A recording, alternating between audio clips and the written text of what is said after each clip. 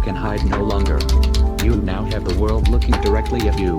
Up roll, red roll. Engaged. Alright everybody, welcome back to the channel. This is Mr. Fresh. Let's go ahead and get started with the video. In today's video, I am going to be demonstrating how to create an invisible rogue access point. Now, what this rogue access point might be used for, that is open for interpretation. It could be utilized in different ways. One of the main scenarios that I could think of using this in would be to basically have a invisible pseudo covert way of being able to connect to my internal network from outside of the network. And there are other uses for this, but I'm not going to delve too deep into those. If nothing else, it's just very interesting, and it allows you to understand how some of this stuff works. Even some of these tools and scripts that you might be familiar with related to Wi-Fi pen testing and so forth. This is going to help you better understand how some of the stuff is actually working underneath the hood. So let's go ahead and get started. Now, realistically, to do this, you would actually want to have a few different things, not just one Wi-Fi adapter that is capable of being put into monitor mode or being able to be put in different channels, but you would actually want two. And preferably you also want your network to be wired with like Ethernet. So in the scenario, you would have your main system that we're running these commands on connected to the network via Ethernet, and also have a Wi-Fi adapter like my Alfa Wi-Fi adapter plugged in, and then from outside the network, from a different location down the street, or maybe from your buddy's house or vice versa, you have another Alfa adapter, and you have them on the same channel with each other, and you're at your friend's house and you're actually accessing your internal network through the two Alfa adapters, the one at your house actually being connected and getting you access to your internal network through that Ethernet. So that's a pretty lengthy explanation, but that's kind of the scenario that I am painting for you guys. So let's go ahead and get to the good part. Now, in order to do this, we're going to go ahead and get the installation part out of the way. There is going to be a particular package that you're going to need to create the bridge, and that is going to be a package that is called bridge utils. And if I do apt info bridge utils, we'll get back some information on that. The description down here says that it is a basically a set of utilities for configuring the Linux Ethernet bridge, and you'll get the size of the package and so forth. So if you don't have this installed, real simple, just run sudo apt install bridge dash utils. I already have it installed. And the first thing that we're going to want to do is we are going to change the channel of our adapter. I'm using an Alfa adapter, and we're going to change the channel. We're going to put it on a more covert channel. You could say this is where the invisible part in the title is derived from, and that is because we're going to put it on channel 13, whereas in the United States, typical devices operate on channels 1 through 11. Most of your default adapters are going to operate on 1 through 11 and not going to be capable of going outside of that. So by putting this on 13, that's what's making it, quote unquote, invisible. So I will do sudo iwconfig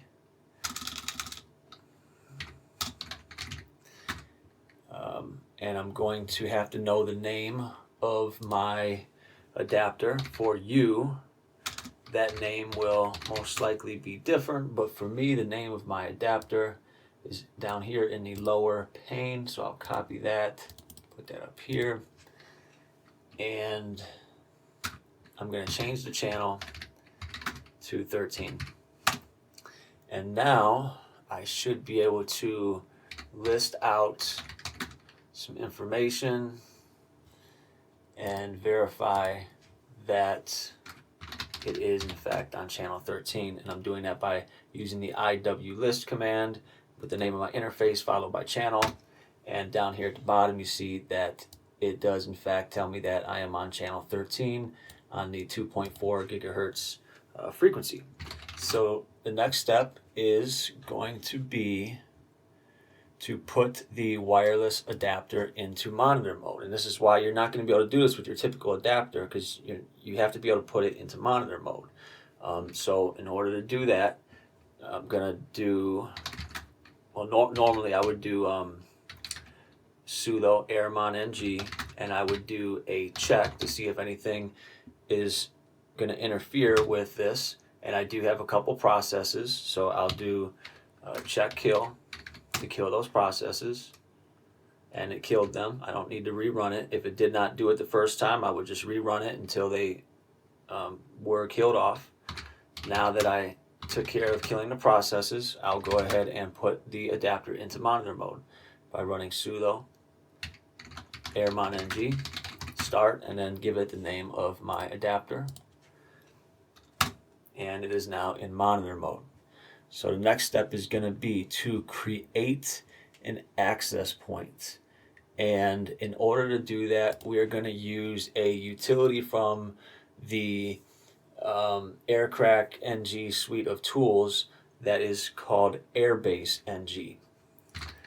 In order to, I keep typing clear with an A at the end. I don't know why I keep doing that. I'm trying to type too fast.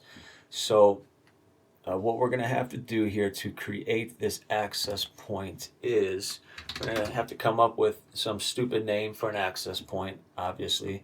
But I'm going to run the command sudo airbase-ng, and then I'm going to do -- ESSID, and then give it a name. So that's what the ESSID is. And now I'm going to just make up some stupid name. So I will call it Penelope, and then I'm going to do -C and give it the channel of 13. So I want this network to be up and transmitting on channel 13. And then lastly, I need to provide it with the wireless adapter, which is the same name that I've been using. It's that same interface, the Alfa adapter, and I'll hit enter. And now you can see that it has started an access point, and it is running here on the screen. You can see the output here on the screen, and I have to, from this point on, I have to use a new terminal, or in my case I'll use this lower pane because I have to leave this running now. You can see that the access point has been created. Here is the MAC address of it, and we'll come back to this momentarily. So I'll just bring this lower pane up a little bit, and if I run iwconfig, you can actually see that we now have a new entry down here at the bottom. We'll come back to that here in a second. Okay, this has also been created as a result of us running this command up here. But the next step is, well, actually, let me back up a minute before I go on to the next step, just to further show you.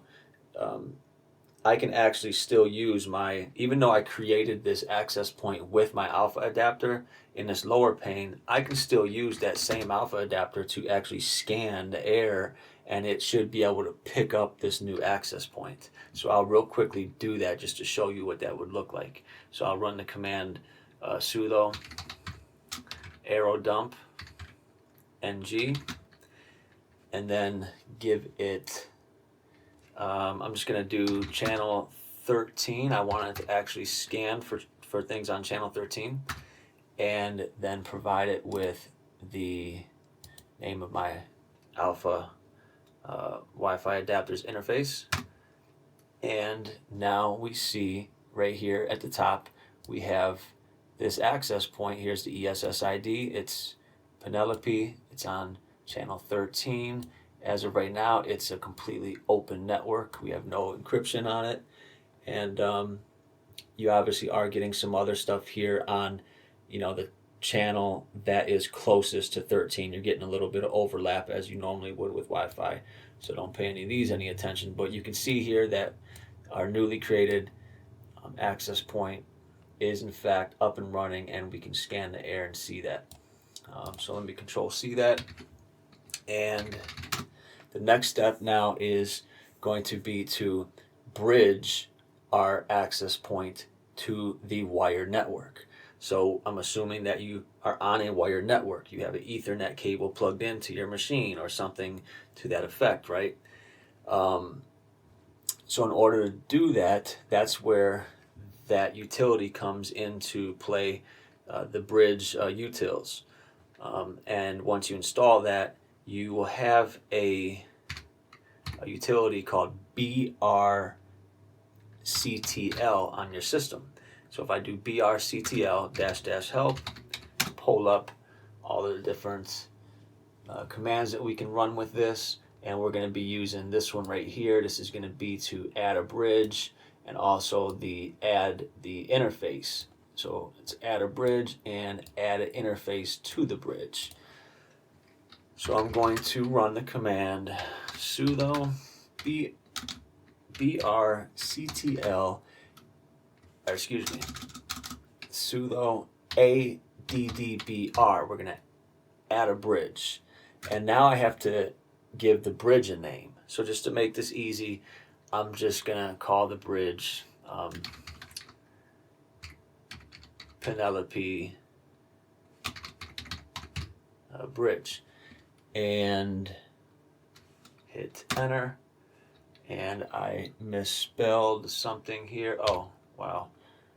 So I actually forgot the brctl part. Alright, that was kind of stupid. Alright, so the command is actually sudo brctl add bridge, and then the name of the bridge. Alright, so now we should have a bridge. If I do iwconfig again, you can actually see now at the bottom we have this in the output now, which is a good thing. So next step is going to be to add the interfaces to the bridge. And by interfaces, we're going to be adding two interfaces to this bridge. And one of the interfaces is going to be whatever the interface is for your wired network, whatever your Ethernet port is registering as. And then the second interface is going to be the virtual interface that was created from this command that we ran up here. So you see in this first line of output, it actually created a virtual interface that is AT0, and that interface pops up when I run iwconfig. So you can see it down here in the output. So for me, my wired interface is going to be right here, the ENP4S0. Yours will probably be different. So let's go ahead and add the interfaces to the bridge. So the first interface, I will do sudo brctl, and I'm going to do add interface, and the bridge that we're adding the interface to is Penelope bridge, and then the interface is that for me. That's my wired interface. So I hit enter. And then the second interface that we're going to add is going to be the one that was virtually created from running the airbase utility up in the upper pane. Copy and paste that, hit enter, and we're done. So now we have added both of our interfaces to the bridge, and the next step will be to bring both of these interfaces up. So in order for me to do that, I will run the command sudo ifconfig.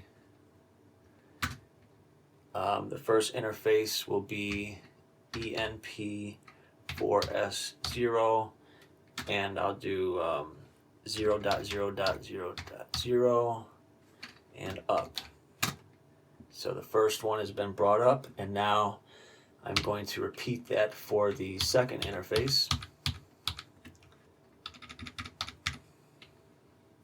It's AT0, and now the second interface is up. And the last thing that we need to do to complete all of this is to enable IP forwarding. Linux has a built-in feature for forwarding traffic known as IP forwarding in the kernel, and we can do this by echoing 1 into /proc/sys/net/IPv4 and into the file that is called IP_forward. And this is gonna fail for me. It's gonna say what I mess up here. Oh, forgot the 4. There we go. All right, I'm still messing it up. I'm just misspelling everything here. IPv4. There we go. And you see that I get a permission denied. And if I try to, basically the only way for me to do this from this point is, it's not letting me do it even with sudo privileges, so I actually have to drop into a root shell. Since I misspelled this a couple times, let me just do this one more time just to show you guys, because I'm going to end up making this more confusing. So this is what the command looks like. And if I hit enter, I do get permission denied. So what I'm going to do is I'm going to drop into a root shell by running sudo -s, and then I am going to echo 1 into /proc/sys/net/IPv4 /IP_forward. And there we go. Now I can exit from my root shell back into my regular user, and we have enabled IPv forwarding. Now, from this point on, if you were to actually carry this out, the next step would be to go get another adapter capable of the same things that this one was capable of, and you're going to have to also put that adapter on the same channel as this one. So I put this one on channel 13. So in order to finish this, which we'll probably end up doing in a future video to actually demonstrate this for you to actually see this working, you will need another adapter. Put that adapter on the same channel as this one, channel 13, and then from that other adapter we would be connecting to this one, and by nature of the bridge that we created, the bridge is connecting this one on this system to the internal wired network. So from this point I will have to just leave it at this. Hopefully that made sense to you guys, and if nothing else was just educational, and maybe in a future video we'll actually connect to it from outside the network using a different adapter. But for now I will have to leave the video at this point. So I hope that you guys got something out of this. As always, if you haven't done so already, please subscribe to the channel, like the videos. My name is Mr. Fresh. It takes a lot of time and effort to do these videos. I surely would appreciate your support. Almost at 500 subscribers, doing big things, doing at least one video every day. I'm doing it for you guys because I love Linux. I'm in love with Linux. Hey man, I don't come home to anybody, man. I don't got no friends, man. I've been backstabbed and betrayed by everybody close to me. But what I do have is Linux. And I love Linux, man. This is Linux over everything. Let's see you in the next video. Hello world, this is Mr. Fresh. Hey man, how much do I love Linux?